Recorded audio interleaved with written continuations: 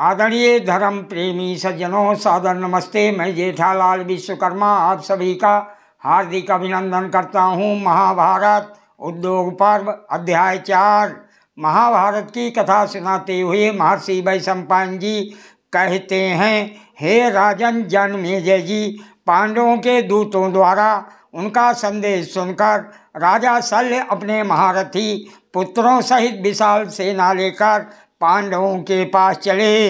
हे भरत नंदन, तब दुर्योधन ने महारथी तथा महामना राजा शल्य का आगमन सुनकर स्वयं आगे बढ़कर मार्ग में ही उनका आदर सत्कार करना आरंभ कर दिया। दुर्योधन ने राजा शल्य के स्वागत सत्कार के लिए मार्ग में बहुत से सभा भवन बनवाए। उनमें अनेक प्रकार के वस्त्र, मालाएं, खाने पीने की वस्तुएं तथा सत्कार का अन्य सामान रखवाया। मार्ग में विभिन्न स्थानों में बने हुए उन सभा भवनों में पहुंचकर राजा शल्य दुर्योधन के मंत्रियों द्वारा देवताओं की भांति पूजित होते थे। यात्रा करते हुए राजा शल्य एक दिन अन्य सभा भवन में पहुँचे जो देव मंदिर के समान प्रकाशित हो रहा था। वहाँ उन्हें अलौकिक कल्याणमय भोग प्राप्त हुए।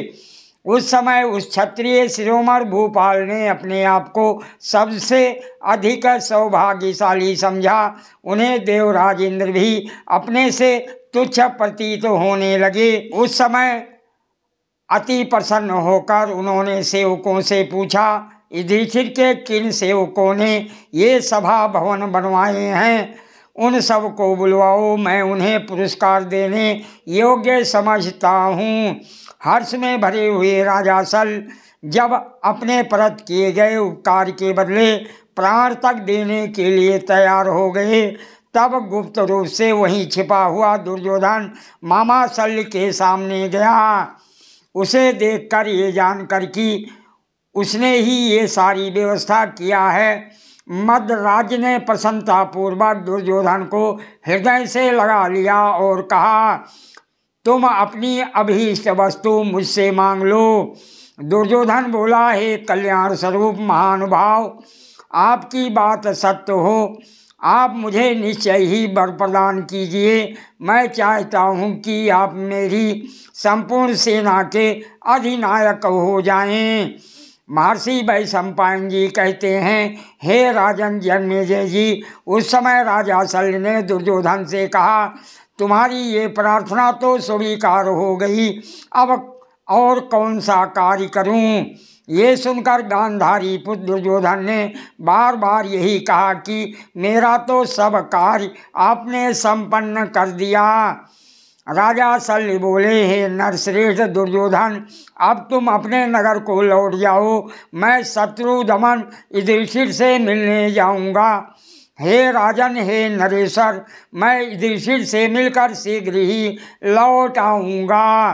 पांडुपुत्र नरश्रेष्ठ, युधिष्ठिर से मिलना भी अत्यंत आवश्यक है।